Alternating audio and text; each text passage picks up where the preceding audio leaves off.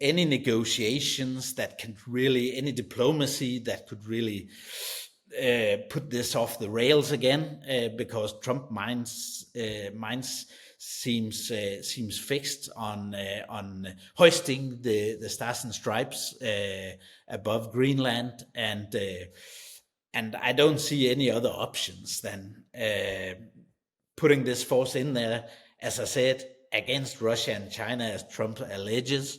And if Trump wants to come with the 11th Airborne, we hope we can convince him that they'll come back in body bags, and then he'll stay away.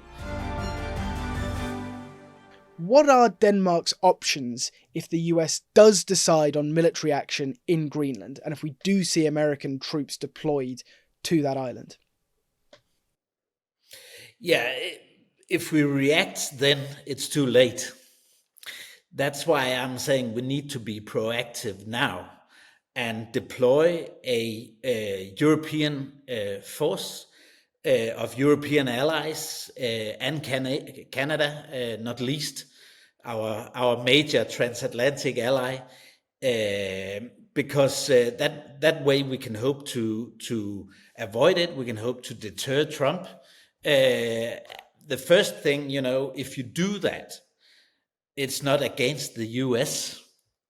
It's to take the wind out of the sails of Trump's arguments that there is a threat from Russia and China that we cannot control, and then we have to see what Trump does then. But I have to say, with the way Trump is handling this whole business and the way he's reasoning, we also have to be clear-eyed, and if it comes to that, we have to be ready to shoot. But that will take more. But clearly, a force going in there, naval assets, Arctic assets from Denmark and European allies to make sure that the Russians and Chinese can't get anywhere near. That's the step one, and then we have to see what Trump is up to. The worrying thing, let me tell you that, is that the main Arctic capability that the Americans have, because they don't have a lot of Arctic capability, we should remember, that's the 11th Airborne Division in Alaska.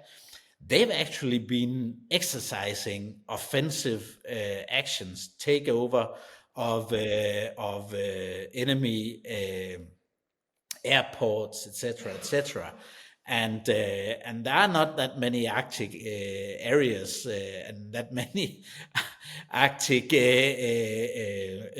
countries that where that could be relevant, and Greenland is the only Arctic area where Trump has signaled an intention for offensive actions. So that's the worrying bit, that they have seemingly prepared the 11th Arctic or Airborne Division from Alaska to take over Greenland.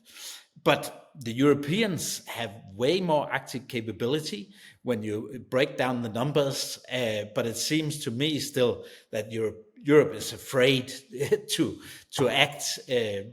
But we'll see whether that remains the position.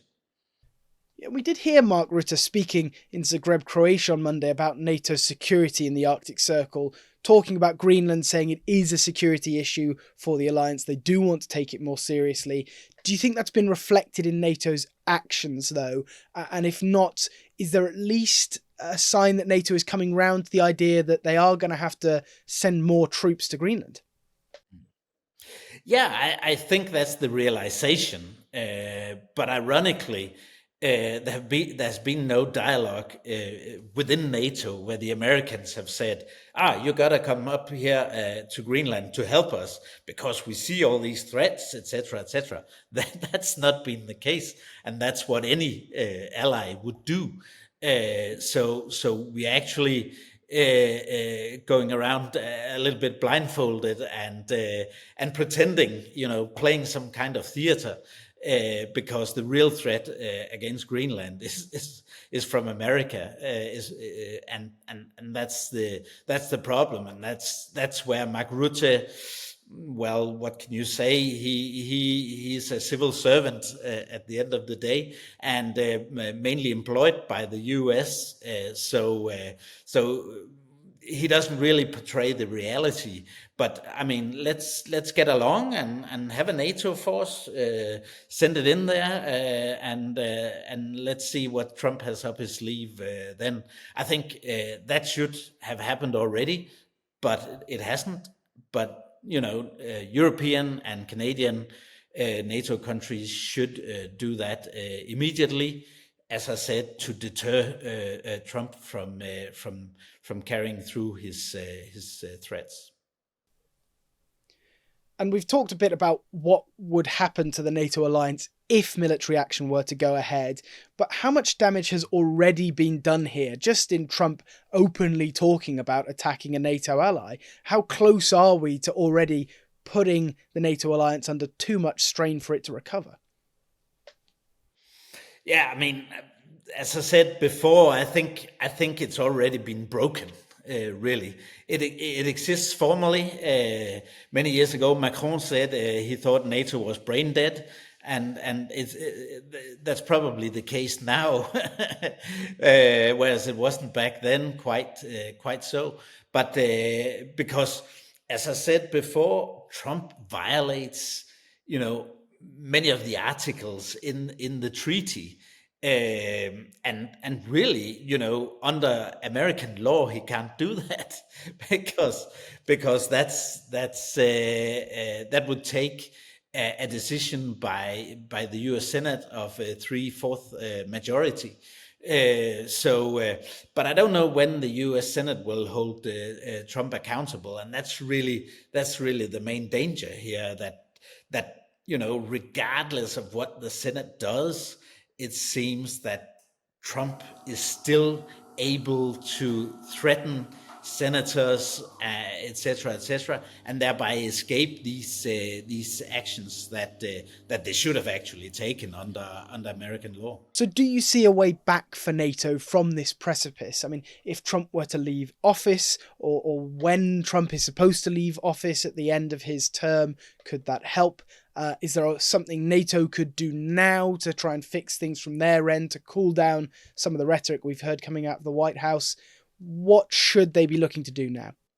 No, I think I've called for many years that Europeans should do more, and that the Europeans should be able to act independently within the NATO realm, and that discussion has been taking place since the early 90s, actually. And America has always called for Europe to do more, but America didn't want Europe to be able to do things independently. But now we're in a position where we must. The big question really is, how can Europe become, that operative entity, military speaking,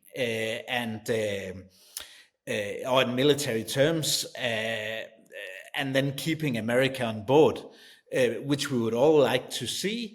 But the big question is, can we keep this going along for another 3 years at least? And who knows what will happen with the U.S. democracy itself? So the outlook is bleak, I have to say. And there are European nations considering sending more troops to Greenland. The UK is apparently discussing the idea at the moment of sending its own troops there. We were talking yesterday, before, of course, this podcast, about the role of the military as a deterrent rather than a threat in these situations. What message do you think European deployments of troops to Greenland would send right now? And is it necessarily actually a step towards conflict, or is there another role for the military in this? I see it as a deterrent, and we should be very clear that we are there to deter Russia and China, and if need be, the US, and then hope, because you prepare for war to avoid war. and that's what the old Romans said, and that's still the truth. And the less we prepare, the more the risk will rise. So I think we shouldn't hold back. I quoted John Bolton before yesterday. He was out saying that it could be escalatory, but it's always the aggressor that decides on the escalation. I mean, we would only go to Greenland to defend Greenland and to defend the order. And whether that is against China or Russia or whoever, doesn't really matter. It's the aggressor that decides whether there's going to be war. So, I mean, the best we can do to preserve NATO and to preserve international order in our part of the world is by sending a potent force, and then we can hope that Trump stays away. But I don't see any negotiations that can really, any diplomacy that could really put this off the rails again, because Trump minds seems fixed on hoisting the stars and stripes above Greenland, and I don't see any other options than putting this force in there, as I said, against Russia and China, as Trump alleges. And if Trump wants to come with the 11th Airborne, we hope we can convince him that they'll come back in body bags, and then he'll stay away. But there are no guarantees. He seems to me to react and have a same idea of the world than like President Putin, and that's probably the unfortunate reality we are stuck with now. So, Jacob, what do you see as the timeline from where we are today if the US does decide it's going to continue on this path of trying to secure Greenland for itself? Yeah, I expect the first step to be tomorrow, when our foreign minister Lars Løkke and the representative from Greenland will visit the White House. First, it was scheduled to take place at the State Department with the Foreign Secretary Rubio, but it was J.D. Vance wanted to come along, and now it's at the White House. And I'm afraid that will be what Donald Trump on Friday called the easy way. So there won't be negotiations. A lot of people in Denmark think there will be negotiations. I'm very skeptical that we'll be able to change their perspective. So this will be a fait accompli for Denmark, the easy way. There'll be an offer to buy Greenland, and because we can't sell Greenland, because it's the Greenlanders that decide, and they don't want to be sold. So we have to refuse it, and that's when we switch to the hard way, as Trump called it on Friday. And that is probably something that will, in the end, entail a military attempt to take over Greenland if we cannot deter it. So I'm afraid that will be the sequencing. It's far too simple, actually, but that's the way Trump reacts, and that's what he's really lined up.